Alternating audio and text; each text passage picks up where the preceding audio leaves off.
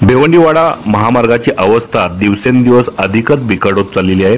पावसाळ्यामुळे रस्त्यावर मोठमोठे खड्डे पडले असून वाहनधारकांना अक्षरशः जीव मुठीत धरून प्रवास करावा लागत आहे।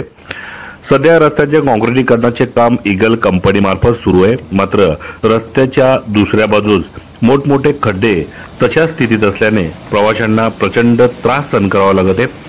या संदर्भात यापूर्वी अनेक संघटनांनी आंदोलन केले। तसेच काही दिवसापूर्वी सर्वपक्षीय रस्ते संघर्ष समिती पालघर व ठाणे जिल्ह्यांनी पालकमंत्री गणेश नाईक यांची भेट घेऊन युद्ध पातळीवर उपाययोजना करण्याची मागणी केली होती। अन्यथा गणपती सणातच आंदोलन छेडण्याचा इशाराही देण्यात आला होता।